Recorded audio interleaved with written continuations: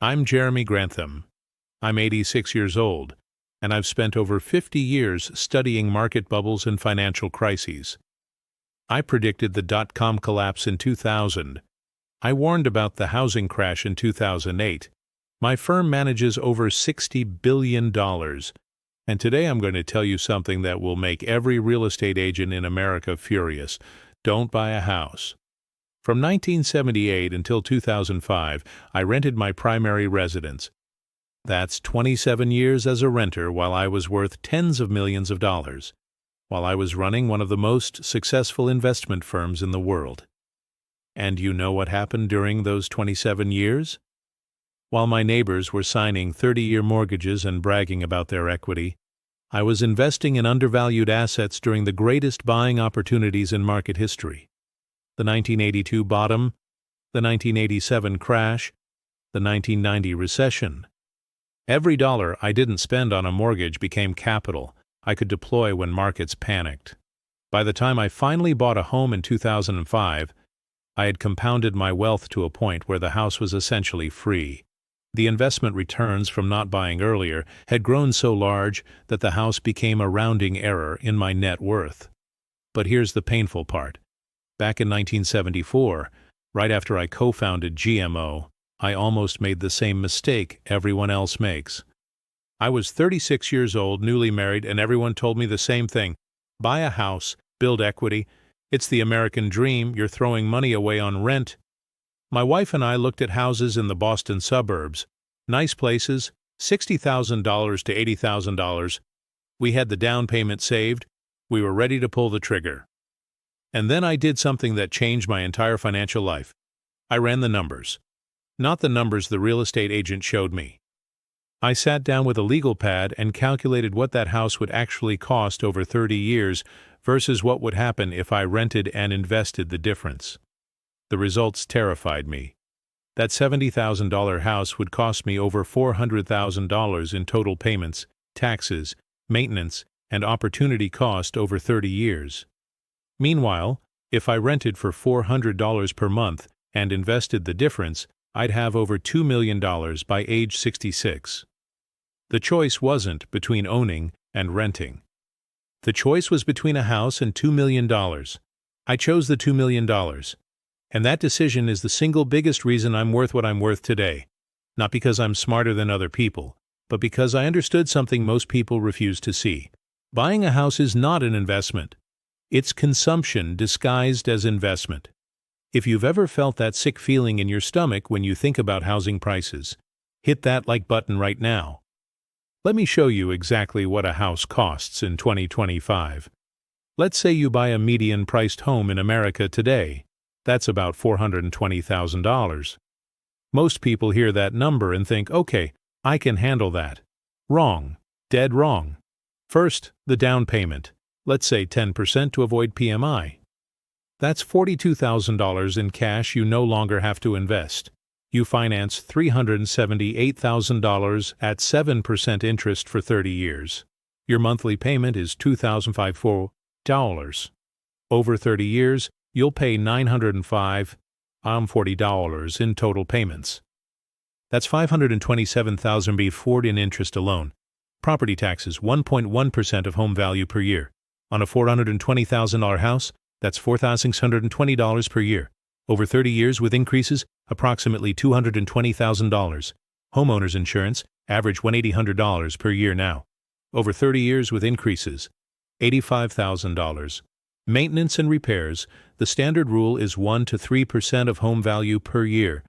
On a $420,000 house at 1.5%, that's $6,300 per year, or $189,000 over 30 years, and that assumes nothing major goes wrong. New roof, $18,000. HVAC replacement, $10,000. Water heater, $1,500. Appliances, $8,000.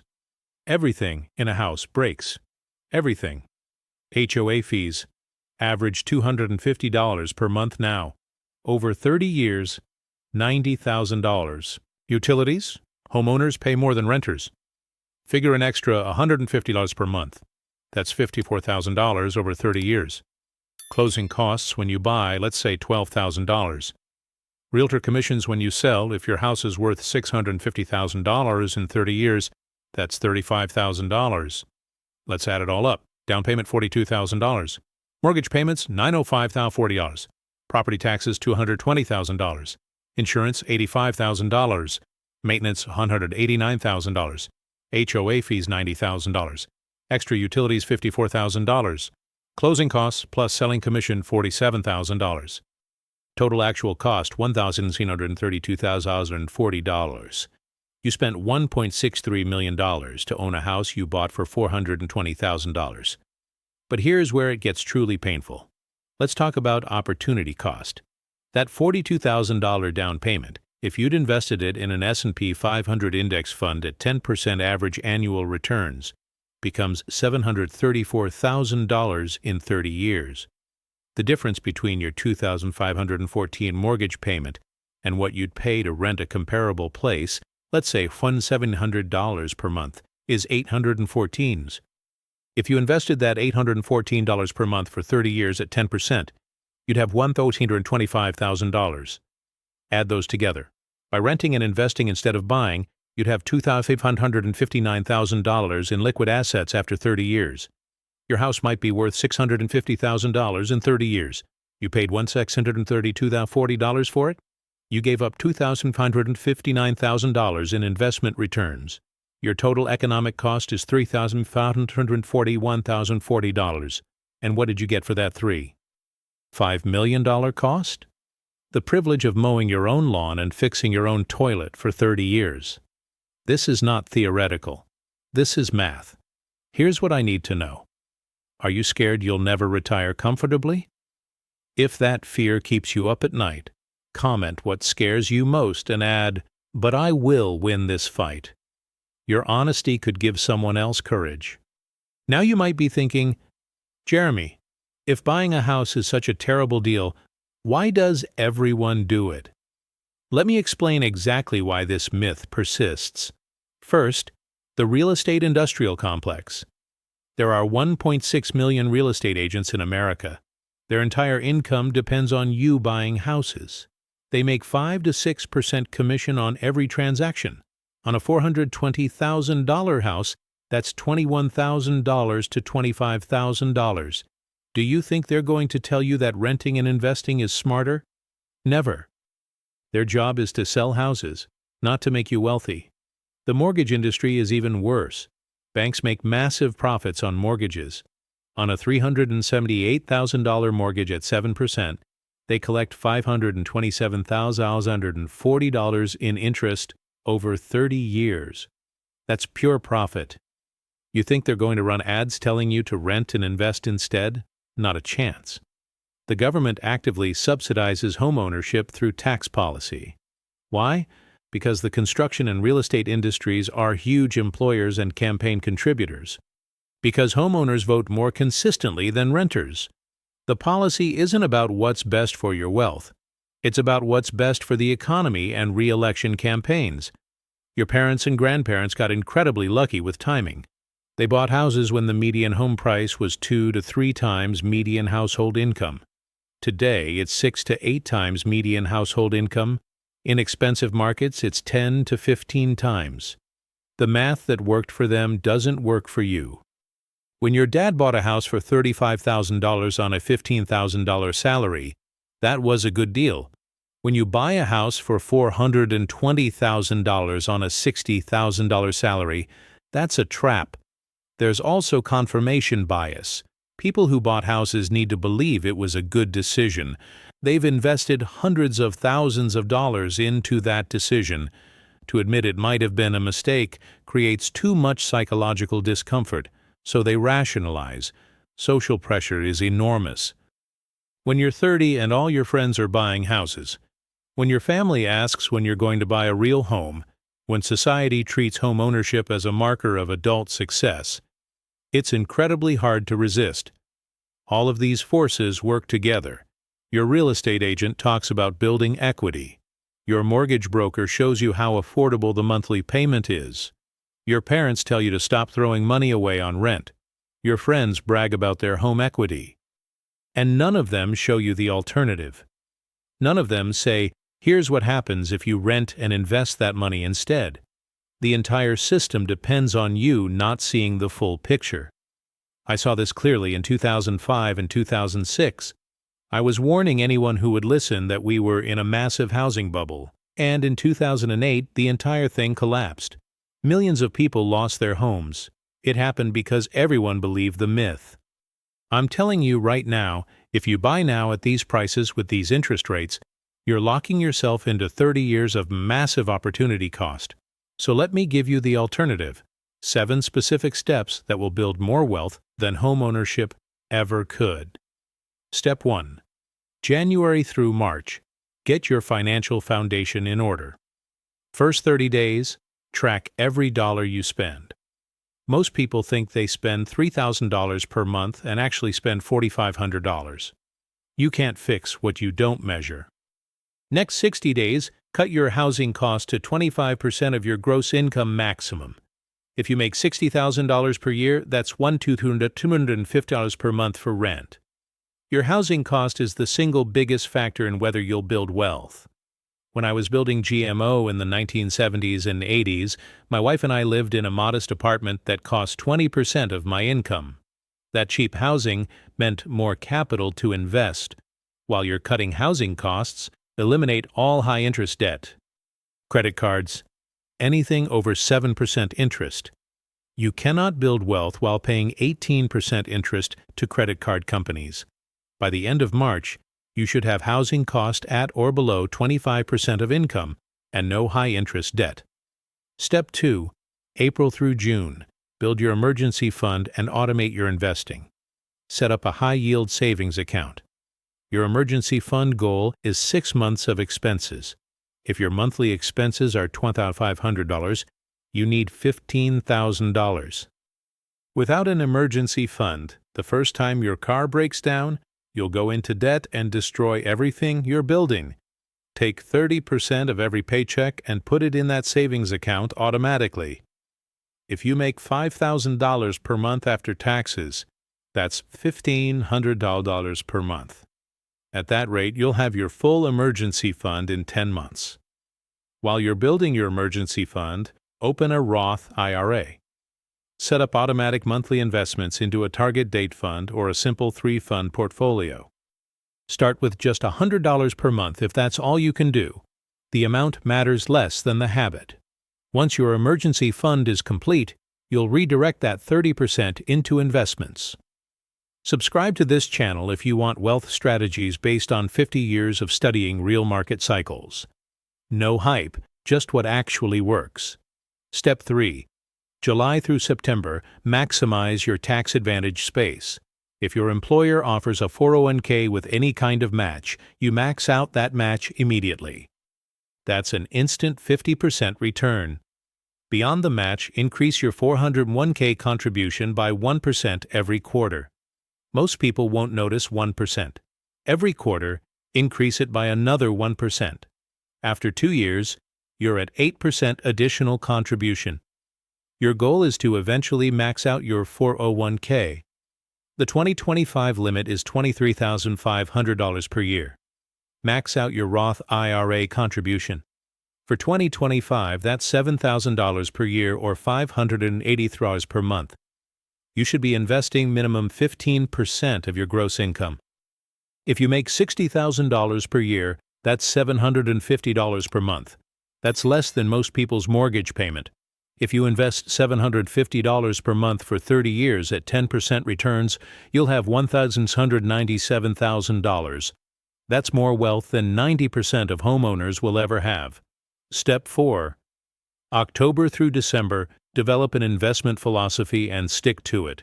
Invest in broad market index funds, not individual stocks.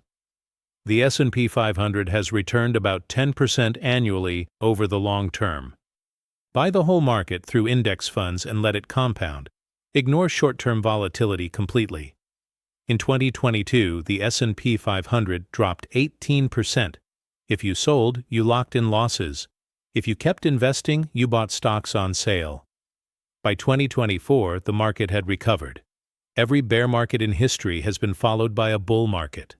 Your job is to keep investing through the downturns. Rebalance once per year, no more. Don't check your portfolio every day. Don't watch financial news.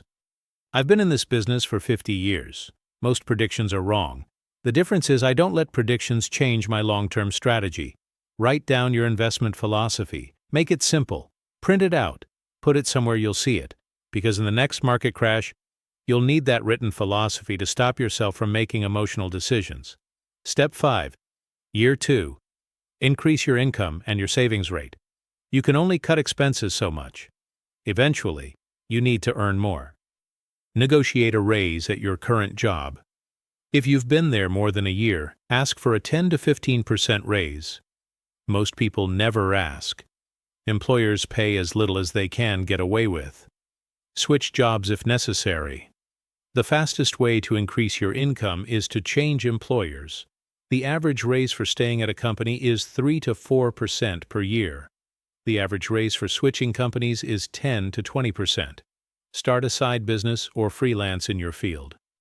An extra $500 to $1,000 per month is $6,000 to $12,000 per year. Invested at 10% for 25 years, that's $649,000 to $1,298,000. Every dollar of increased income should go straight to investments. Don't inflate your lifestyle. By the end of year 2, your income has increased by at least 15%, and your savings rate has increased to 20% or more of gross income. If you know someone drowning in financial stress, share this video with them. Step 6. Years 3 through 5. Optimize your tax strategy. Max out your HSA if you have a high-deductible health plan. For 2025, limits are $4,300 for individuals and $8,550 for families. HSA money is triple tax advantaged. Invest your HSA money. Don't just leave it in cash. Use a taxable brokerage account for investments beyond your retirement accounts. Once you're maxing your 401k and IRA, keep going. Open a regular brokerage account and invest in tax-efficient index funds. Build a second income stream. Dividend-paying stocks. REITs, a small online business. The goal is to diversify your income sources. By the end of year 5, you're maxing out all tax-advantaged space, you have a taxable brokerage account that's growing, and you have at least one additional income stream. Your net worth should be $150,000 to $300,000. Step 7. Years 6 through 10. Accelerate wealth building. You've built the foundation. You've developed the habits. Now you're compounding serious money. A $200,000 portfolio growing at 10% generates $20,000 in returns in 1 year. That's $20,000 you didn't have to work for. This is compound interest in action. Increase your savings rate to 30 to 40% of gross income if possible. If you make $90,000 per year and save 35%, that's $31,500 per year. At that rate, with a $200,000 head start, you'll have over $1 million in less than 10 years. Consider real estate investing, but not a primary residence. Buy a small rental property or invest in a REITs. Real estate can be part of a wealth-building strategy, but only as an investment that produces cash flow. I bought land in the path of development. I bought office buildings that generated rental income. I never bought a fancy house to live in until I was already wealthy. By the end of year 10, your net worth should be $500,000 to $1,000,000 or more. You're financially independent or very close to it. Now let me be direct with you. Most people won't follow this plan. They'll watch this video, they'll nod along, and then they'll do nothing. Or they'll start and quit after 3 months. Let me tell you what you're missing out on if you quit. You're missing out on financial freedom. You're missing out on retiring in your 50s instead of your 70s. I'll tell you what happened to most of my colleagues from the 1970s. The ones who bought expensive houses in nice neighborhoods are still working in their 70s and 80s. The ones who lived modestly and invested aggressively retired in their 50s with tens of millions of dollars. The difference was discipline. This plan requires discipline. It requires saying no when everyone else is saying yes. It requires living in a modest apartment while your friends buy houses. And here's the hard truth. If you can't handle that, if you need the social validation of a nice house, if you can't delay gratification, then you'll never be wealthy. You'll be comfortable, maybe, but you'll be one crisis away from financial disaster. The good news is this. If you can handle the discipline, if you can follow this plan for 10 years, you'll build wealth that most people never achieve. Your investments will be generating more money than you can spend. Your stress about money will be gone. Let me paint you two pictures of where you'll be in 30 years. Picture one, you bought a house in 2025. You're now 65. Your house is paid off, worth $650,000. You have maybe $200,000 in retirement savings. Your total net worth is $850,000. When you sell, you'll pay $35,000 in commissions and $50,000 in taxes. Combined with your savings, you have $765,000. At a 4% withdrawal rate, that generates $30,600 per year. You'll need Social Security to survive. You're financially fragile at 65. Picture 2. You rented and invested from 2025 onward. You're now 65. You invested $2,000 per month for 30 years. At 10% average returns, you have $4,119,000. At a 4% withdrawal rate, that generates $180,000 per year. You don't need Social Security. You can afford any medical care. You can travel. You're financially bulletproof at 65. Same 30 years, completely different outcomes. One path gives you $765,000 and fragility. The other gives you $4,519,000 and freedom. I'm not against home ownership. If you're already financially independent, if you have millions in investments, then sure, buy a house. I eventually bought one in 2005, but only after I'd already built massive wealth. But if you're young, if you're still building wealth, then buying a house is almost certainly the worst financial decision you can make. It will consume your capital and prevent you from building real wealth. Don't be them. Rent. Invest. Build wealth. You can buy a house later with cash if you want, but if you buy the house now, you'll probably never build significant wealth. Drop a comment telling me which step you're starting with. Subscribe so we keep building wealth together, and if this helped you, hit like and share it. I'll see you in the next video.